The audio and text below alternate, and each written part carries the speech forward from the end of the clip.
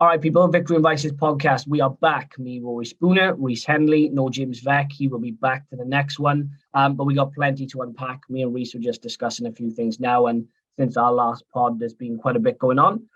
So what we're going to start with is what we think or who we think is going to be our flop of the season. So flop of the season being which team do we think is going to basically suck. So Reese, who are you going for this season?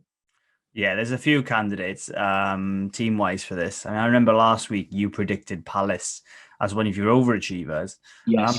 And I'm not quite sure on that one, but I think Palace could actually struggle this year. But I think for me, one of the more obvious ones when you think about where they were, where they have been over the last sort of 2 or 3 years, and where I think they'll be this year, I think Leicester. I think when you look at them, they seem to be devoid of money at the moment, for a start. They've got Fofana coming back into the team, which is a positive, but we don't know what he's going to be like after his injury. Ricardo Pereira has never been the same since his injuries. They let Chilwell go, and Luke Thomas hasn't quite developed into that player that they think that they wanted him to be. Schmeichel looks like he's getting shipped off to Nice as well, which is a massive blow. And if the rumours are to be believed, then they would be looking at Bernd Leno as a replacement, who frankly just isn't good enough. And then you look at their midfield, Tielemans. Could he be going anywhere? If he does, then they're going to have problems. They'll probably look into a French or a European league to try and replace him. And, that's never guaranteed. They signed Patson Daka and Iheanacho over the last couple of years to try and solve some striking issues. But apart from a 7 or 8 game freak period for Iheanacho, neither has really done anything. And Vardy's not getting any younger. So I think they actually could be in a whole world of pain this year. Yeah, the interesting thing with Leicester, I don't know if you remember, Reese, I did Leicester Fan TV not so long ago. Nice lads as well, really good lads. And they were under the impression that they see Leicester predominantly as a top 4 or a top 4 club. I don't see that myself now. I think Leicester, like you said, have kind of had their time a little bit. I wonder, I don't think it will impact this game, but I wonder how much the Wagatha Christie situation will impact Jamie Vardy, because I was having this discussion yesterday. I know he's on a very good wage at Leicester, but with a bill of around 3 million, you do wonder, is Jamie Vardy maybe looking at going abroad soon? There's good money in the MLS and China and all these other places. And I do think to myself, well, can he really achieve any more at Leicester? No. Does he have an England career? No. His missus is a bit of a social pariah now as well in the UK. So realistically, is Vardy going to stick around? Because you've got sort of like you said, the core element of that team. Your Tielemans, we don't really know what he's going to do. Kasper Schmeichel's probably seen better days. Vardy will be gone. I don't think Rodgers will be there too much longer either. I think he's probably got a season left. So they're actually a very good shout, mate, to be a flop of the season. Things could go well for them, but things could go really bad. My flop of the season, I'm going for Everton. I don't know where we start with Everton. They're horrendously mismanaged, and the whole thing is a bit of a circus. I'm right in thinking they bought Dwight McNeil the other day as well. Yeah. Yeah, so I immediately, I don't fully understand the need for Dwight McNeil and what he brings to that team. My main concern would be, again, that Calvert-Lewin is not going to last a full season, and there's no Richarlison there. So who's going to score the goals to keep them up? Because Iwobi isn't going to do it, and McNeil isn't going to do it. And the large majority of that team, I mean, let's be honest, it's a very average team, isn't it? It's not a spectacular team, but in any way, shape, or form. So Lampard, again, is he overrated as a manager? I'd say yes. I'd say he's achieved very little. And he's had some pretty good jobs based upon the fact he is Frank Lampard. So I'm going to go with Everton, mate. Well, can you think of another one? Maybe I can't. I think there's quite a few clubs in similar positions to the Leicesters of this world. Really? Who are you thinking is the next one? I think there's a lot of clubs that perhaps needed more investment. You look at West Ham; they just spent 30-odd million on a striker, which is badly needed. First time they've had a striker bought a striker or had a striker, an out-and-out striker in their squad for 1,000 days. So they were badly looking for one. But to be honest, you look at West Ham, you look at Mark Noble retiring, and I just don't see where the overwhelming quality is to keep that side where it is. Now, obviously, David Moyes has done a fantastic job, and I would expect them to be still top half. But could they underachieve? Of course they could. Frankly, they've been overachieving for a couple of years now. You look at other teams. I know we'd probably disagree on Crystal Palace, but I think their squad on paper at least is quite weak. Even if they have just signed Chris Richards from Bayern Munich. So I think there's quite a few, but Everton are in a really, really bad way. I think if you talk to Everton fans, weirdly they have an inflated picture as to what their squad actually looks like. I think they will tell you that Jordan Pickford is an excellent goalkeeper, and he isn't. He's okay. They'll tell you that people like Nathan Patterson is a very good right back, and again, no, not. Mikalenko, again, they'll tell you he's brilliant. He's not. They've got Michael Keane, James Tarkowski, Yerry Mina, Mason Holgate, Ben Godfrey. None of these are brilliant players at the back. I couldn't pick a pair in between them. You got Decore, who has been completely out of form for over a year now. They finally looking like that they're going to replace Idrissa Gueye with Idrissa Gueye. We'll see what that's like. And then they're signing a whole bunch of rotters essentially. When you look at Andros Townsend and you look at Dwight McNeil, and they're just not signing the right players. Yeah. I don't disagree, mate. I don't disagree. It's going to be very interesting to see how Everton get off. I'd look at that demise, and I think it started after Ancelotti left. If Ancelotti had stayed, I think standards would be very different. But nonetheless, we shall soon find out. Yeah. Speaking of standards, now I want to talk to you about Newcastle, because you are a Newcastle guy. Yeah. And you mentioned, funny enough, in the last podcast, you almost predicted it. There will be a marquee signing for Newcastle. And we were messaging in our WhatsApp group earlier on about the James Maddison news. Newcastle, according to the Telegraph, who are pretty reliable, have had a bid rejected for James Maddison. And it's looking like they're going to go back in with another bid. I'm very curious to know because the only way a club will bid for a player is if a player is given an indication that he's willing to join that club. So speaking of the Leicester demise that you just mentioned, because it's looking like Leicester are going to be potentially the flop of the season, maybe Maddison has thought ahead and gone, you know what, there's nothing left in this project anymore. Let me go to one which is a bit more exciting. And obviously he could earn a lot of money as well. But what do you think of that Maddison news? Well, first and foremost, it's critical for Leicester that they keep hold of him. He was out injured most of the season last year, and you could just see when he came back the improvement in the team when he was in it. Now, James Maddison improves pretty much a lot of teams that he he would go to essentially, and so it's an interesting one for Newcastle because they don't tend to play with a 10 at the moment. Mm-hmm. So the initial impression that I got was that it probably wasn't possibly concrete information that we were receiving about a £40 million bid. It doesn't really seem to fit what they're doing there, essentially, unless they were looking to play with perhaps a two in the middle and obviously one behind the striker in a 4-2-3-1, but that's not the kind of formation that they've played. But Eddie Howe is trying to do more and more attacking football, so perhaps we could expect to see it. But £40 million for James Maddison, I think, is a fair fee.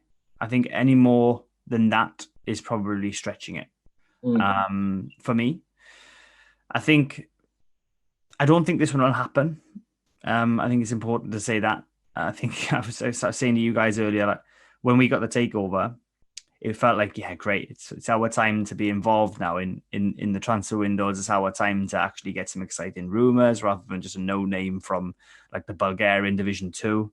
And actually, it's stretched on this long now that I am just exhausted with it. And I just want us to sign whoever we're going to sign. But I think with Newcastle, there's been very little like leaks. They seem to be quite assured of what they're doing. When they come up with a target, they kind of just go for it, and it doesn't drag on that long, which I think is positive.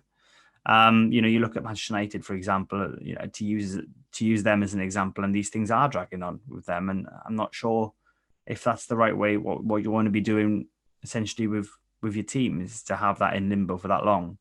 I think if I was a Newcastle fan watching this, I'd sort of say, well, okay, Maddison would be great. He'd improve our team a lot, of course. Do I think it'll happen? No. I think I would look at Maxwell Cornet for Burnley. Okay. He's got a £17 million release clause. It's well documented that he wants to leave. For anyone not aware, he asked to go back to his parent club most of the way through the season, last season for Burnley. He asked to go back to his parent club, Lyon, actually not realising that he had signed for them on a permanent transfer rather than a loan. And that is actually 100% true. That actually did happen. Wasn't involved for Burnley last night against Huddersfield at all, not even on the bench. So it does look like he is on his way out. And he's got a £17 million release clause. He scored 9 goals for Burnley last season in a struggling team. I think he was their top scorer. For me, that makes all the right signs. It improves our side. He's good value for money. He's a very relatively low risk. And it's in a problem area. So that's the one I would focus on as a Newcastle fan. But yeah, Maddison would be great. Yeah, so Maddison may or may not happen. If Maddison and Depay happens, well, we're going outside St. James's to celebrate. I'm assuming, yeah. Yeah, few beers if we get the 3 of them over the line, eh? Yeah, I mean, look, the way football is now and the way money talks, I just wouldn't rule it out. I know you hate the transfer season, and me and Becky, we love it, right? Because we just inject it into our veins. We love speculation, but look, mate. I'm saying now, don't rule it out. You may be surprised what happens by the end of this window. I think a lot of clubs need liquid cash, especially if we are about to go into potentially a very big recession. A lot of people will be looking ahead, bar Barcelona, because they don't look at finances. They just sort of buy what they want. But yeah, Newcastle fans, let us know your take on Maddison. I think he'd be an excellent sign-in. And quite frankly, I'd love to see him in Newcastle. I think it'd be really interesting. Speaking of other transfers, I know you wanted to touch upon Ronaldo. I don't really know what to say anymore about Cristiano Ronaldo.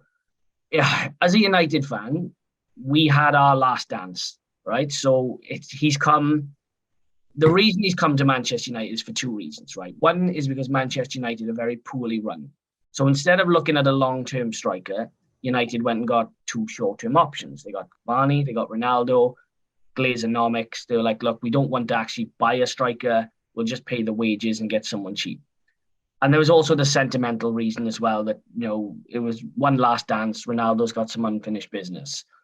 He did okay last season. I don't think he really fits into what Ten Hag wants, but I think Ten Hag will use him if necessary to get the job done and wait a season, then go for someone else.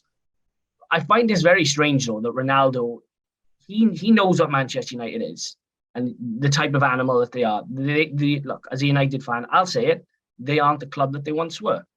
And Ronaldo knows this. So at the end of May, when he knows they're playing Europa League football, he knows they're not going to splash a huge amount of money and they're pretty poor in the transfer market. Why do you wait until the end of July to come out and try and leave? What do you think is the reasoning behind that? I think it's stretched on for quite a while, isn't it? I mean, it's not just the last week that this has gone on. I think it's been widely reported that he's wanted to leave pretty much since you didn't qualify for Europe. I think he was quite well reported in January or February in an interview saying, like, I don't want to be fighting for 5th, 6th or 7th. I want to be playing in the Champions League. And to a certain extent, I agree with it. You can't, a player of Ronaldo's caliber wouldn't sign for any other regular club or wouldn't stay at any other regular club if he was in the Champions League, right? And the only thing here that's a bit of a spanner in the works is this perceived emotional connection that he's got to Manchester United, okay? Which I think we can safely say is probably a bit fictitious at this stage. I'd agree.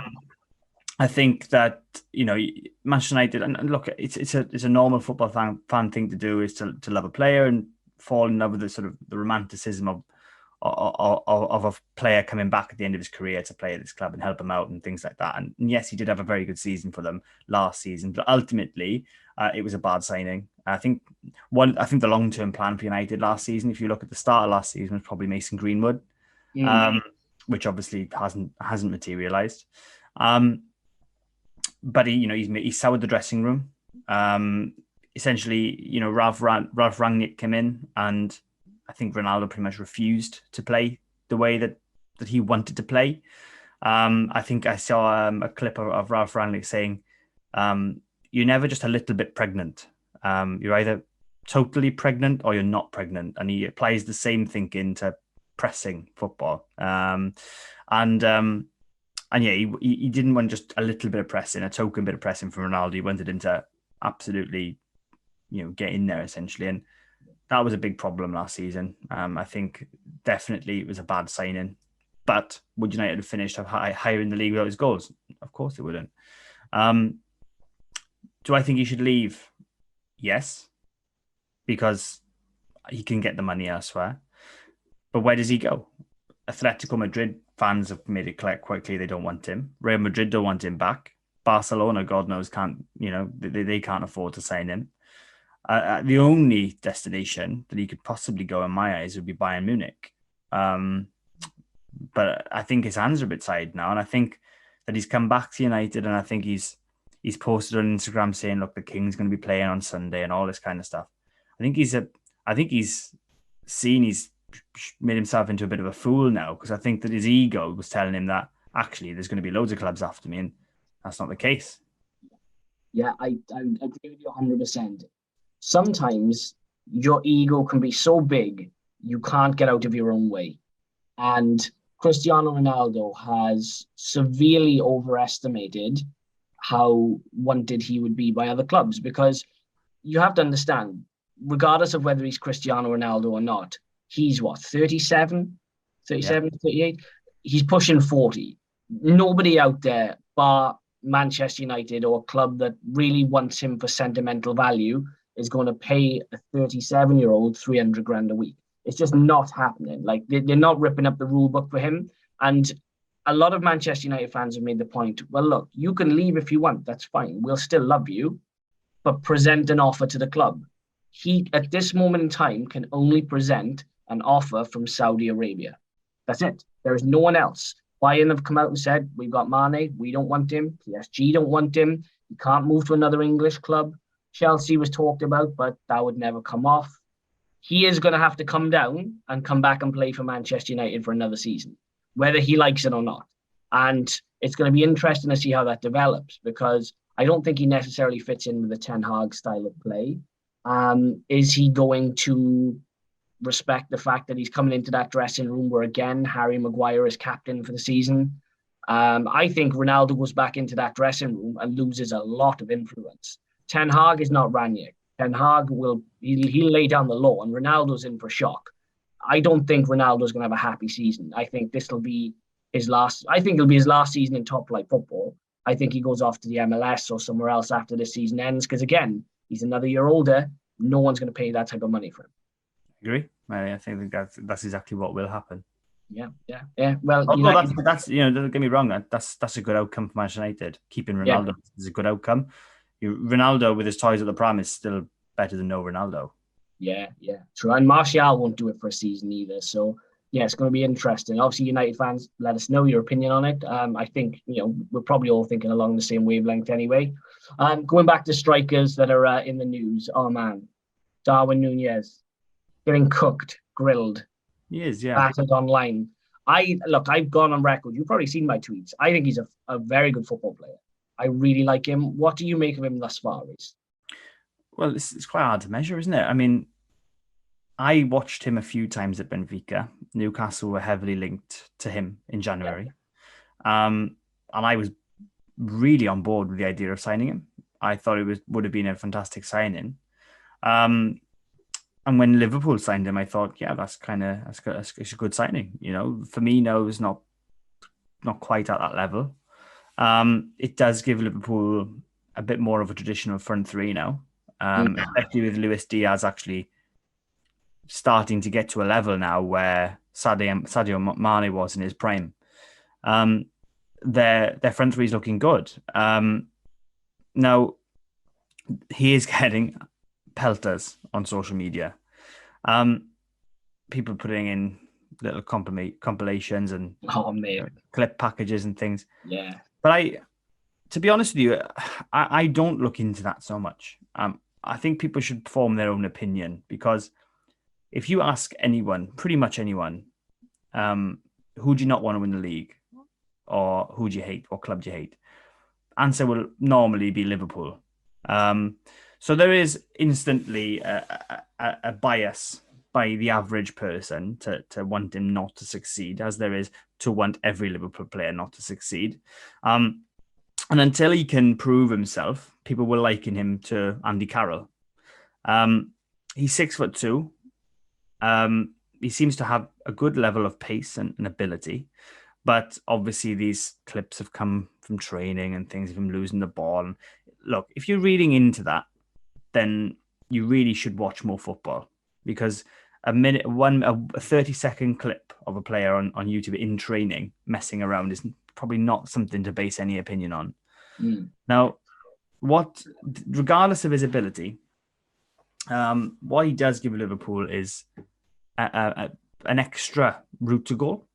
Because let's be honest, if they'd have played without a striker last season, in terms of with 10 men, they still would have scored loads of goals, because Diaz, Jota, Mane, Salah, unbelievable.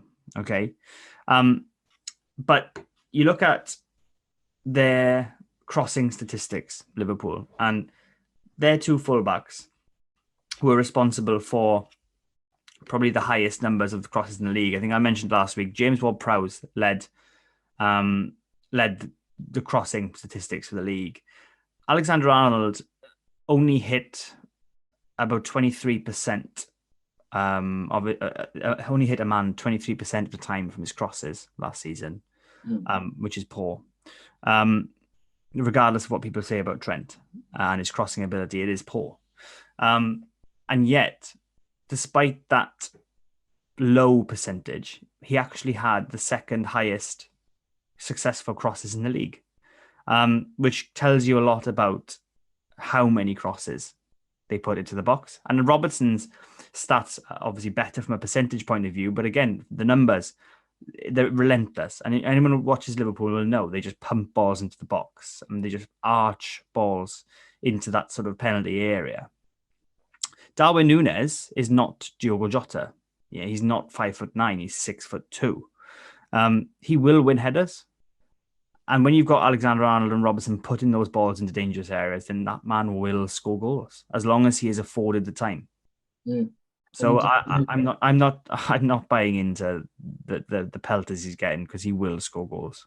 Yeah, I don't disagree at all. There was a it's not active now, but it used to sort of look at like South American players amongst other players.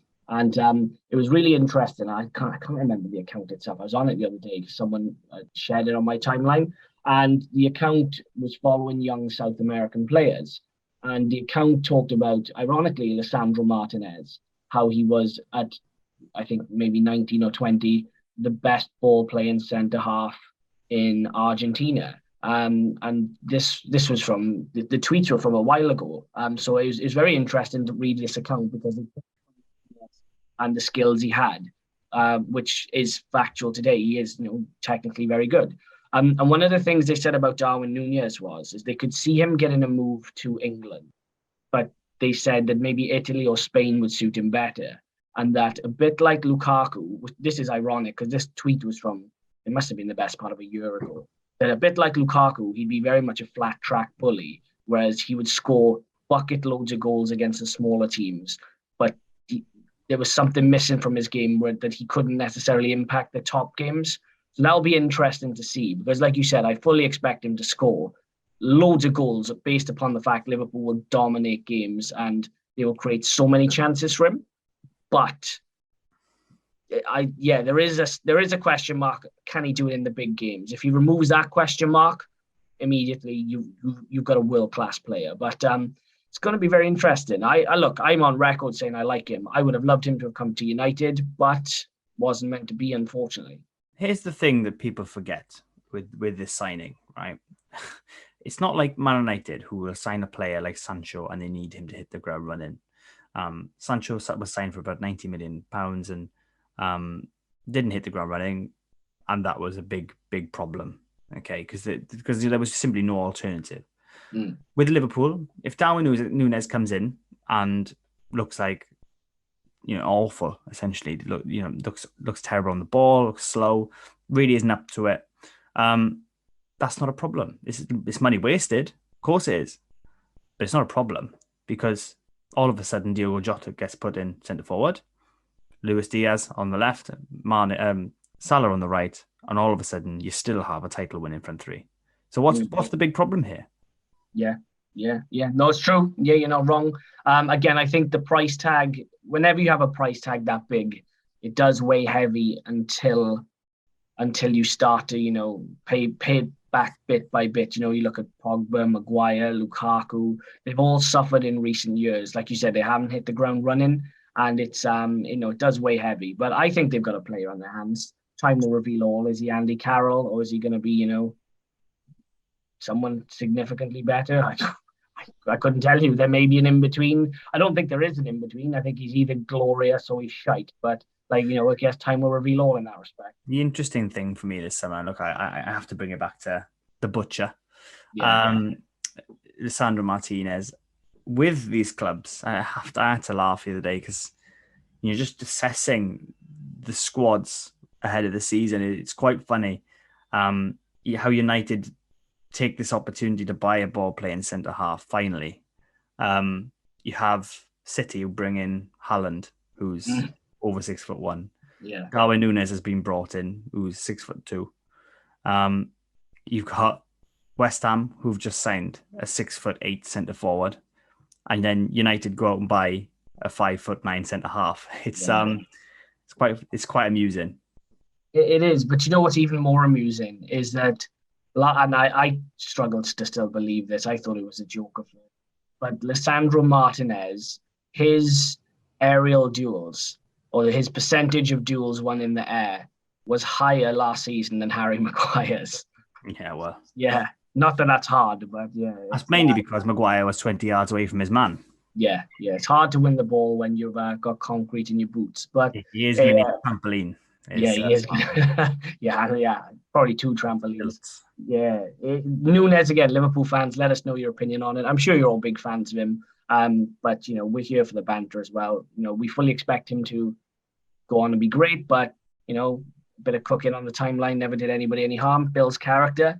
Right, Barcelona building character, building teams. Again, look, we spoke a little bit about Barcelona last week, but we can go in a bit more depth now. I don't know, more than a club, is that their sort of motto? More than just morally corrupt should be their motto, because I can't understand Barcelona's way of thinking. I think I've pinpointed what they're doing. I might be wrong. I'll come to it in a moment, right? But I think I know. I think I worked out. So I sat there the other day and I was like, what are they doing? Like, why are they behaving this way? And I think I've kind of worked it out. But what is your take on Barcelona? Yeah. So with Barcelona, it's been quite well documented over the last few years what their problems essentially. I think the easiest thing to do at this stage, just for those, I think there are probably people, if people are watching this and there's going to be people who don't know what's going on or why it's going on and understand it. So I'll try and break it down. But the best way to do that is to remove Frankie de Jong from the equation, because with the Frankie de Jong situation, I'll come back to it, is complicated, but it's only being played out because of the interest that Manchester United have. These conversations do happen in world football. Barcelona essentially are a club that were horribly mismanaged by the previous president. Regardless of the take on the debt, the players that they signed for ridiculous amounts of money. You look at Coutinho, for £140 million, Dembele for £120 million, Griezmann as well. These players who were signed for these amounts of money didn't come off. And to be fair, they were never showing the potential that they would have come off, and they were huge gamblers and they weren't really well thought through. And yeah, it ended up with a squad full of players who were not good enough, had to be shipped off for low amounts of money. They made a huge loss on them. But that was okay for Barcelona. That was okay. Their revenue was massive. It was growing alongside their outlays and their debts. Their debts were being managed to a certain point, but then during the COVID pandemic and also when the new president came in, that all came crashing down. Their outlays remained the same in terms of wages and things like this, but they weren't getting gate receipts. They weren't getting a lot of things, and the COVID pandemic obviously has that effect. So hence why there's been a snowball effect on their debt. Now, that's not the worst thing. A lot of companies have debt. It's not the worst thing to have debt. I think the new president has come in. He's taken out a loan with Goldman Sachs, essentially to cover the debt, made that short-term debt longer-term debt. But the problem that they have is essentially that one of the priorities of Barcelona has to be on the pitch. And they're trying to build a team that can compete again. After the last regime, they ended up a lot of dead wood. There was no focus on the academy. Key values to Barcelona. So they have had to build alongside that debt. And obviously one of the things that's going to happen is that debt goes up. And that's okay because, like I said, if it's longer term debts, you can manage those over time. These people have the shrewdest businessmen in the world working for them. They can manage that debt. The problem comes where La Liga's financial fair play comes into consideration. Now, you can spend a certain amount with UEFA, and that's fine. But with La Liga, there's a cost limit on what you must pay your players, what you must spend on players, essentially. And Barcelona are now well over that. They've gone too far in one direction. And people are making out that they simply can't afford to pay Frenkie de Jong. That's not true. They can afford to pay him, and they have offered to pay him. It's a misconception that they are refusing to pay him 17 million euros in unpaid wages. They asked him, as well as a number of other players, to defer their wages during the COVID pandemic in order to help the club out, essentially, in a time of need, which they did. Now, we are left here in a situation where Manchester United are involved. Barcelona cannot afford to register their new players because they're overspending on wages now. For example, Jules Koundé, Robert Lewandowski, Frank Kessie, amongst others, Andreas Christensen. And they're requiring now Frenkie de Jong to either leave or take a pay cut. Now, what they are offering Frenkie de Jong is to say, look, if you leave, we will pay you in installments. And Frenkie de Jong is saying, no, I want the money now, which both are reasonable requests. But Frenkie de Jong, it's unusual that the agent and the player are so firm on this, and that the club is so unwilling to budge. And hence why, and because it's been played out on the biggest stage, we're seeing a lot of it. These things do happen all the time. Now, Frenkie de Jong doesn't want to leave Barcelona. But at the same time, I think Barcelona are of the opinion that when they signed Frenkie de Jong, he actually hasn't turned out to be the player that they wanted him to be. He's not been good enough. I think they're still of the opinion that he's not been good enough. And hence why they're asking him to take a 50% wage cut. Now, that's not a reasonable request, but what they're saying is that, look, if you want to continue playing for Barcelona, we need you to take this cut. And Frenkie de Jong is saying, well, I want to continue playing for Barcelona, but obviously I want the money paid to me now, and also I don't want to take a pay cut. So it's an interesting situation. Is it the way a club should be run? Probably not, but it's actually not too far removed from what a lot of clubs do. So it's an interesting situation. It is. From what I gather, I don't think Barca can register their players or their new players until they get rid of Frenkie de Jong. because, like you said, it's gone too far one way regarding the wage bill. So I do find it. I find it interesting that they've given this guy a contract and now they've moved the goalpost multiple times. I fully understand, given the mismanagement of Barcelona from a financial standpoint, that he would want his money up front. He's saying, look, just pay me what you owe me. And I don't think that's unreasonable either, to be honest. If my employer did that, I'd be pretty livid. I think what Barcelona have done, and to a degree is quite smart from Barcelona, is they're getting all of their signings in first, because they weren't entirely sure what budget or what type of budget they were going to be working with. I was reading here actually while you were talking, and it says Barcelona has agreed to sell an additional 15% of income from TV rights from the Spanish league games for 25 years. So Barca are giving up TV rights in the short term. So it's very much a gamble in the short term, like you said, for success on the pitch.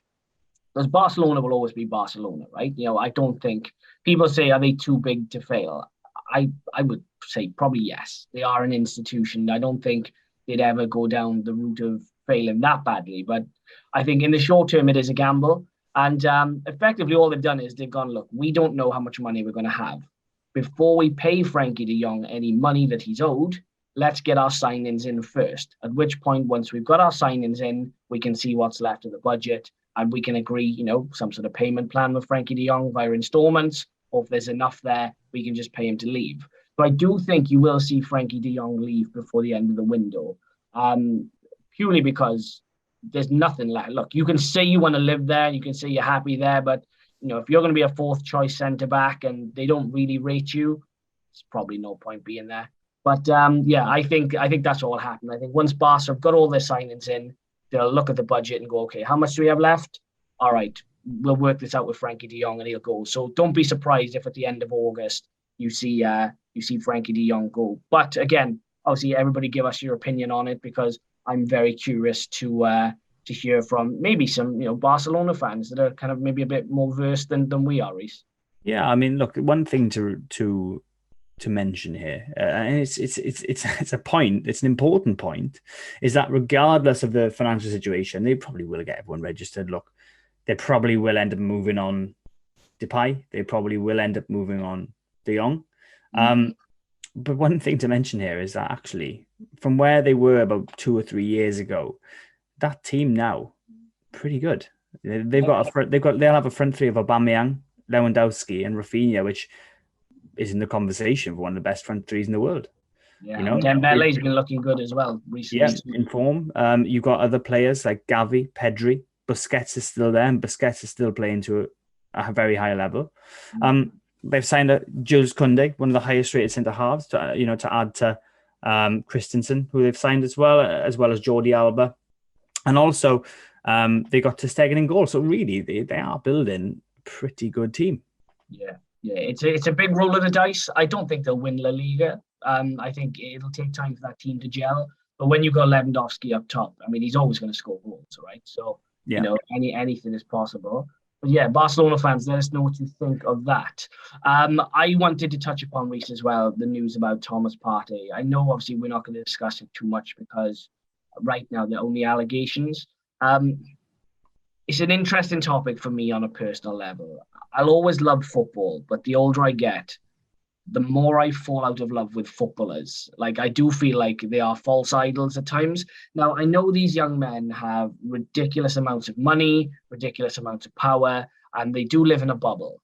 But when you start to peel away the layers and you look under the surface, football is a cesspit. It's not a nice business. People are constantly doing each other dirty, and I don't know what culture exists within football anymore. Like, when you look through the names, and again, FYI, a lot of these young men are not guilty. Some are, some aren't. But, Benjamin Mendy, Mason Greenwood, Gylfi Sigurdsson, Thomas Partey, Robinho, even Cristiano Ronaldo, as far back as the Las Vegas incident he had. I know we touched upon, obviously, Neymar being set up as well by that girl previously. But there's a weird culture that exists in football of, I suppose, on the club and player side, mentioning Barcelona as well, of just entitlement.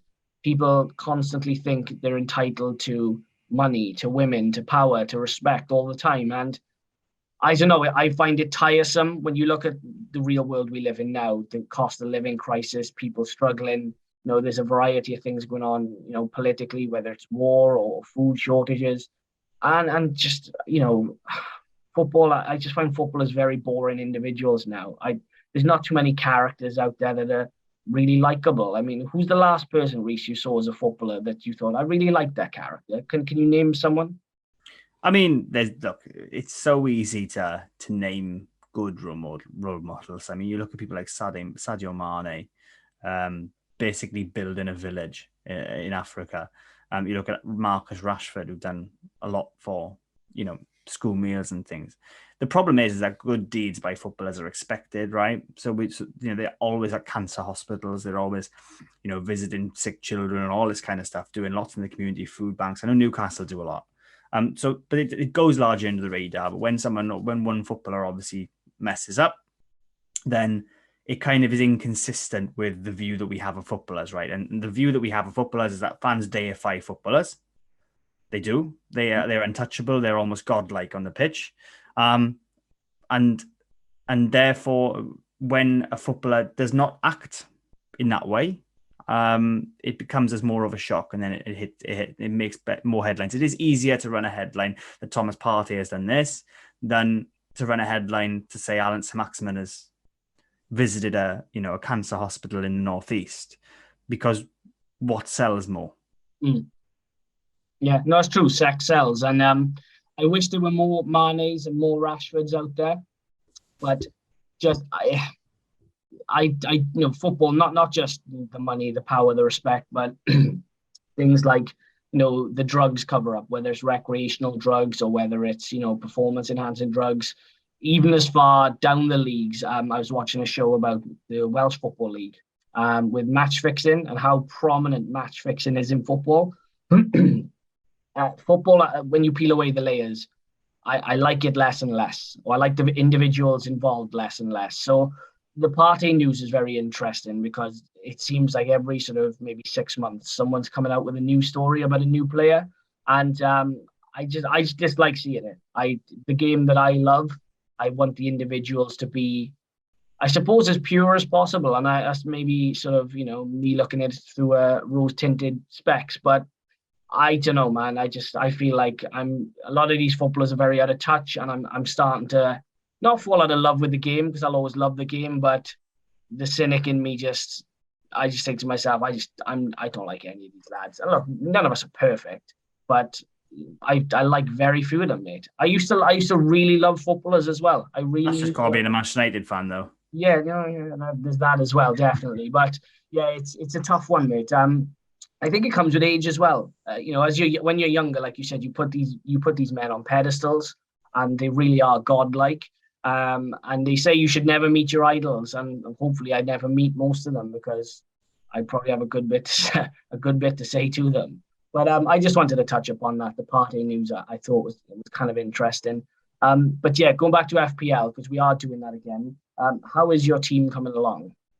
It could be better, it could be worse. I think it's always difficult, isn't it? Every year, it's you log on, and it's more difficult than the year before.